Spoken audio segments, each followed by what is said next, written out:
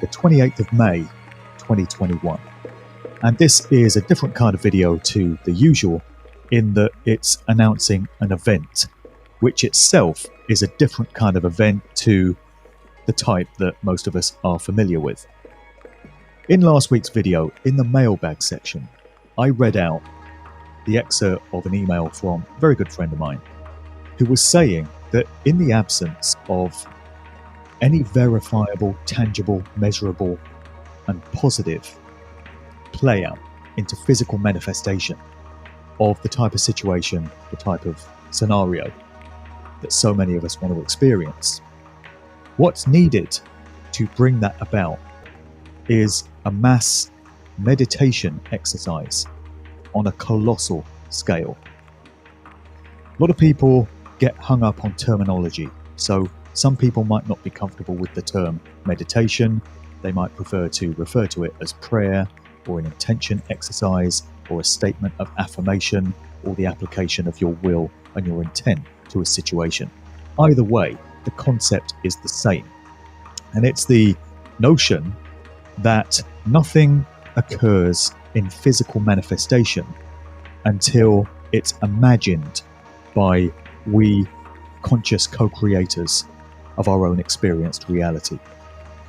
A few years ago, I'd have had a problem with this concept myself, and I would probably have rejected it, as I know many real-world truther types that get hung up on this 3D reality and names, places, times, dates, that kind of real-world material, may have a problem with this concept and may reject it out of hand because it doesn't sound right.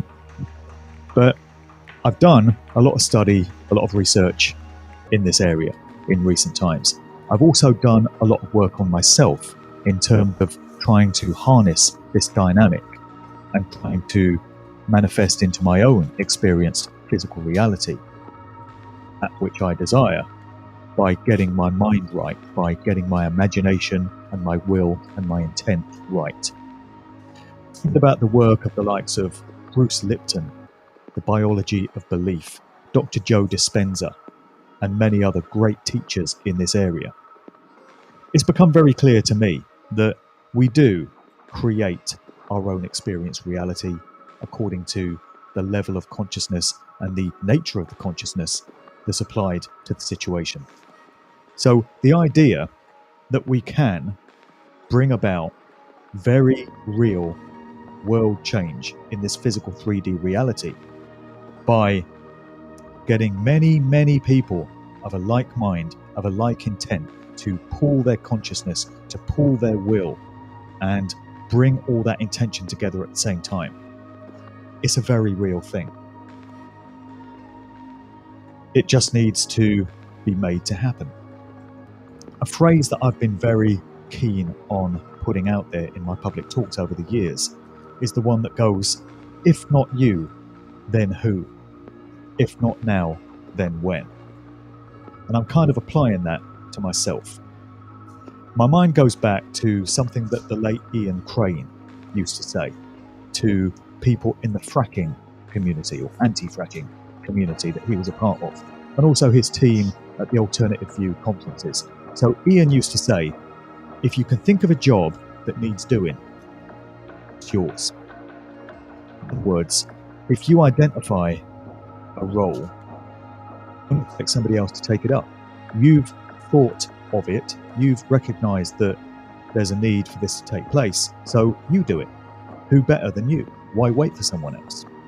So applying that to myself, I'm taking on the role of trying to bring together an absolutely colossal team of meditators, let's call them that, to bring their consciousness and their will and their intent together all at the same time to really turn around this situation that we're all experiencing. So I really think I'm the man for the job in that I've got around about 56,000 subscribers on YouTube now. Most of my videos get in excess of 20,000 views. I get thousands of pieces of correspondence every week now by way of emails and other types of messages. I know that I've got a big impact, a big reach, a big influence. So I want to use that to bring together large numbers of people in my audience to be a part of this exercise. The idea is that hundreds of thousands of us come together in imagining a situation where truth, freedom, and justice has been fully restored to this earth, and where lies and deception have by default crumbled and failed. So I've learned a thing or two about how these exercises are best achieved. And I used to get it wrong because all through last year, I was expressing my own wish and my own will and intent to the universe, to the creator, for the downfall of the COVID scamdemic narrative. I was asking for all the lies and all the deceptions to crumble away, for Matt Hancock to go to jail and all this kind of thing. Whereas the universe responds to affirmative statements, positive statements, in terms of what you wish to see, not what you wish not to see. So instead of asking for the downfall of lies and deceptions, what I should have been asking for is truth and freedom to reign all over this earth plane, and for humanity to ascend to a much higher level of consciousness. And then by default, the lies and the deception and all the scamdemic BS has to have gone away because it can't exist in that type of situation. Also, some tips that people who are very good at this sort of thing and have a very good comprehension of how it works have told me involve addressing the universe, addressing creation as if what you wish to see manifest has already happened. So you project your imagination to the point where it's a done deal. So instead of asking the universe to facilitate the restoration of truth and freedom, it's far more effective to make the statement that you are that you are grateful, that you have gratitude and appreciation for the fact that truth and freedom has been fully restored upon this earth. So you've strengthened and empowered your vision by imagining it already completed and by affirming that to the powers that make this sort of thing happen. So this is what I want to try and organize. Anyone who's up for this, anyone who wants to see this kind of outcome, I would like us all to come together at a coordinated time and send possibly the most powerful accumulation of collective energy and positive intent out into the ether, out into the morphic field than has ever been seen before. Why not? Let's give it a shot. We don't have a whole lot to lose, right? but we have a whole load to gain. Now, here's a neat little trick that I think serves as the cherry on the cake with all of this. We know that the dark occultists, the overlords, the so-called elite controllers, love to take sacred signs and symbols, and also numbers, and invert them according to their own sick, twisted, demonic desires. So they'll take something that is inherent to creation and bastardize it. You know, an example would be a pyramid. There's nothing evil about a pyramid, but the way it's been co-opted and utilized by the so-called Illuminati, it's had evil and malevolent intent imbued into it. Same thing with the Eye of Providence, the Eye of Horus, the all-seeing eye. You know, that is neutral in its base state. It's not inherently evil, but it's been made to be so by dark occultists adopting it as a sign, as a sigil of what they stand for. So this same dynamic is available to all of us anytime that we want to tap into it. And instead of using signs, symbols, and numbers to represent evil intent, we use them to express and represent positive intent. Nothing but upliftment. So, a favoured number of the dark occult priest class is, of course, 666.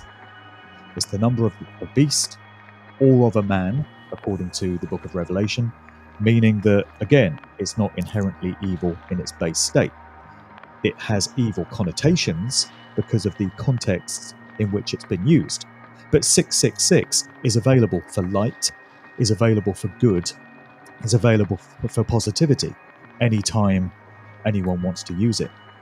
So how about this? We've got the 6th of June coming up quite soon. It's a Sunday this year. So the 6th of June is the 6th of the 6th. How about we hold this collective statement of affirmation, meditation, on the 6th of June at 6 p.m. UK time. 6th of the 6th at 6 p.m. 666. That translates as 7 p.m. or 8 p.m. for Europe. It translates as 1 p.m. for Eastern Standard Time in the US. It's 10 in the morning Pacific Time in the US. In Australia and New Zealand, it's the early hours of Monday morning, so might be a little inconvenient for some. But in most parts of the world, 6 p.m. translates into a fairly civilized time, I feel, for people to get involved in this. So this isn't going to be a UK-only thing. I want this to happen all over the world, but the time that everyone should synchronize to, I would suggest, would be 6 p.m. British summertime on the 6th of June, 666. Let's make this happen. I would like large numbers of people at this time to all come together and visualize truth, freedom, justice, love as a done deal. And as I say, within that kind of context, all the evil, all the lies, all the nefarious, scamdemic skullduggery has to go away because it can't persist in that state of consciousness. This is what I'm proposing. I'm giving people a few days' notice so that hopefully on the 6th of June, we can really make this thing happen. And maybe this is going to be the event that brings some very tangible, measurable, real-world change. We've been promised so many other events in the 3D realm that are going to bring about our freedom, that are going to bring about the downfall of evil and deception. Maybe this is the one that's been needed. Maybe this is the one that we've been waiting for, and maybe this is the one that we can all be a part of. So that's my proposal. There are a couple of pieces of correspondence in the mailbag which tie into this. I want to read out a section of this message from my dude, Joe Murray. Joe is a conscious rapper out of New York. Are you right? Output on YouTube. Just type in Joe Murray there. Got lots of great songs. Very conscious artist. Really knows what time it is. Anyway, he wrote to me in response to this idea that I had outlined to him in an email. He replied to say, Desperate times call for desperate measures, which I do 100% know has real energetic power. So Hello? this idea. I even heard Mark Passio relatively recently suggest. Well, hello, Walter. Can you hear me now? I do hear you now. Oh, okay. Sorry, I was just catching up on Mark's video before we actually did a little meditating. Got about 7 minutes left and about 5 minutes left on his video. Let's shout out to everybody there in chat. I see you all there.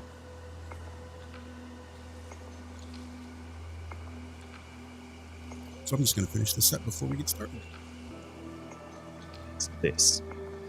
This, combined with the continuation of action through all forms of activism, has to manifest some change. He makes a very good point here. It isn't enough to only meditate, to only imagine a positive outcome. That's like praying or putting your intention out into the universe for, let's say you've got your eye on a particular job, which is your dream job. You really want to get it. Well, it's not enough just to wish and hope that you get that job. There's got to be some physical, real world stuff that goes on as well. You're going to have to apply for it. You're going to have to fill in the form. You're going to have to attend the interview. It's a combination of these things. The physical, real world stuff is needed in conjunction with the intention aspect. That's the distinction that Joe is making in his email, getting back to it. There's a lot of people doing the boots on the ground, more physical work. Maybe we do need to incorporate much untapped potential power just sitting there waiting for us to access. And trust me, I'm not usually on that kind of shit, though I do know it's real and I meditate occasionally. I focus more on physical action and the shit I can actually physically do to make change.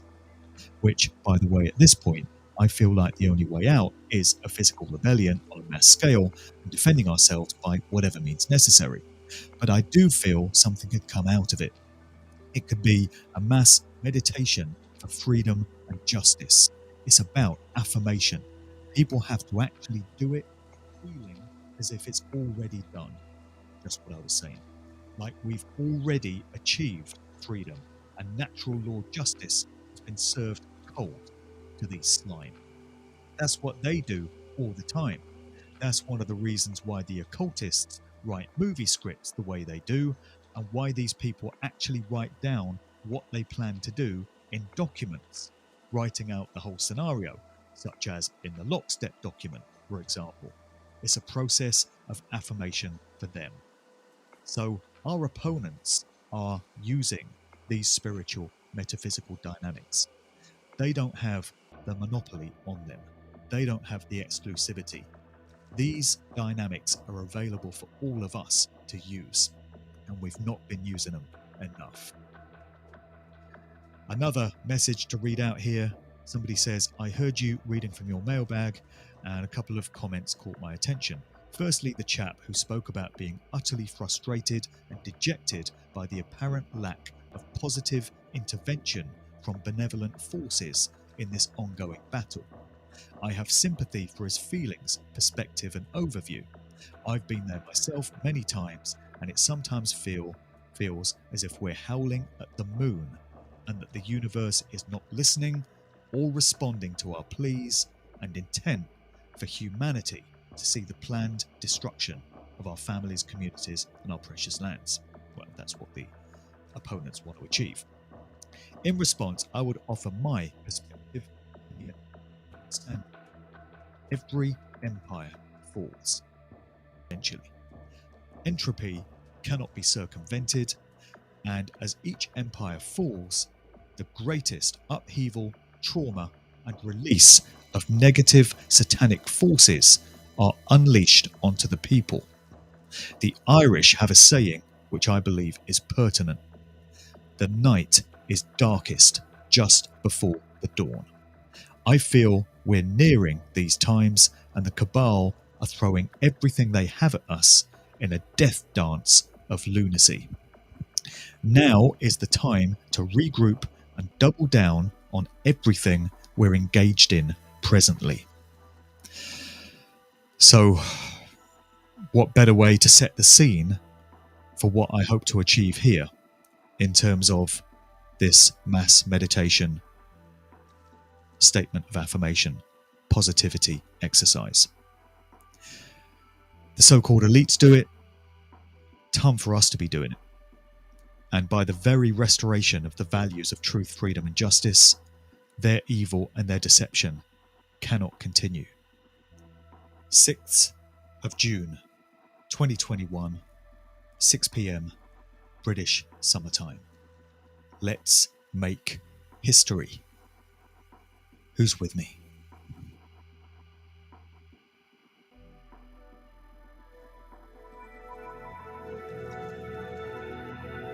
A lot of people don't know this, but the best way to make money with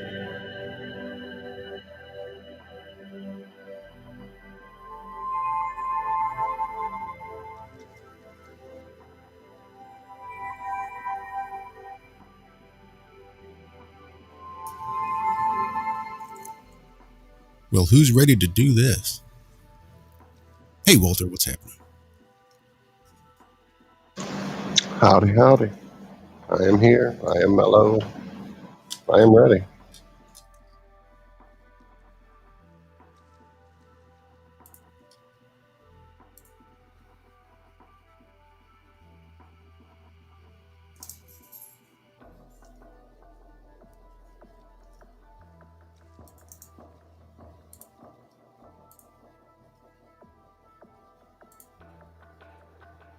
Oh, that's us.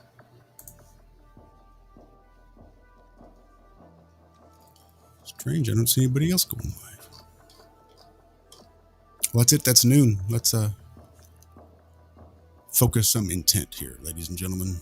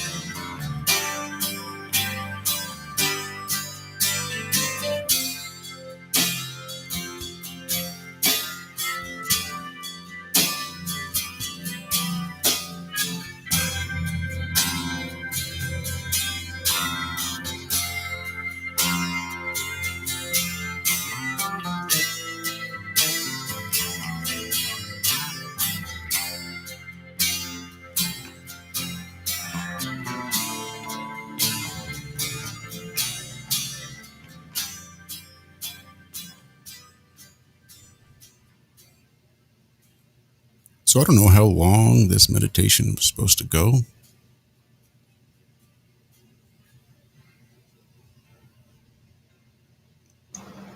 but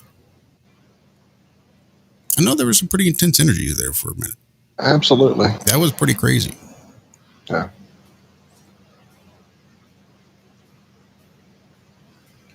Yeah. Pretty intense. And the other part of this is try to set aside a time in your day every day. It's unfortunately to get your mind in the state, you need to get into the, trying to shut down that chattering monkey and, let the circus be quiet for half a second and just find that quietude. It's difficult to do it at bedtime because when you finally do achieve that state, you'll go right on off into sleep. So you definitely want to find a comfortable spot. Try to be upright, the classic position you see people meditate in, they do that for a reason. There's energy centers that get activated. The spine being upright is key to the energy field that we all live in and things like that. So definitely just try to set aside a time. Find yours. It doesn't have to be all at once. It's nice when we can all do this. It's pretty amazing, actually. And that's kind of key to the whole, everybody coming together on a certain day of the week and certain buildings and all that kind of thing. So it can be powerful when it's directed. And we can definitely work on doing this maybe as part of our show on a maybe not weekly basis, but certainly, once a month or something. But just find your time. If you're a morning person, get out there with the birds and just at the dawn and be part of that. And if you're the nighttime person, get out there with the nighttime critters. Feel their energy. Become one with them. It is part of the quickening. Lots of smiles. I saw lots of smiles coming in the future. Happy people, which is such a rarity these days. At best, you're going to find people that are maintaining and surviving, but so few of us are thriving and happy because of the energy that's around us. So I think this is really awesome. I would really like to do this at the very least once a month. Mm-hmm. Mm-hmm. Even if it's just 5 minutes, just everybody tune in and we'll focus all of our intent together. Even if it's 10 of us on a stream sitting in chat, just spend 5 minutes with quiet time. Yeah, let's get some quiet time. Let's broadcast absolutely nothing but silence as we all sit and focus thoughts. I like it. I had the strangest image that kept coming through my mind. It was like these gold and silver filaments, wires, being encased in glass. And that's not really it. That's just the best physical explanation of what I was visualizing. Because while I was definitely concentrating on all the positivity, peace, love, it's already done. we're there. We've done this. They had no chance, suckers. Uh-huh. I kept seeing this image of glass and this gold and silver filament being inlaid in it. But as it was inlaid in it, it was like glowing. I don't know. It was pretty crazy. Pretty That is crazy. crazy.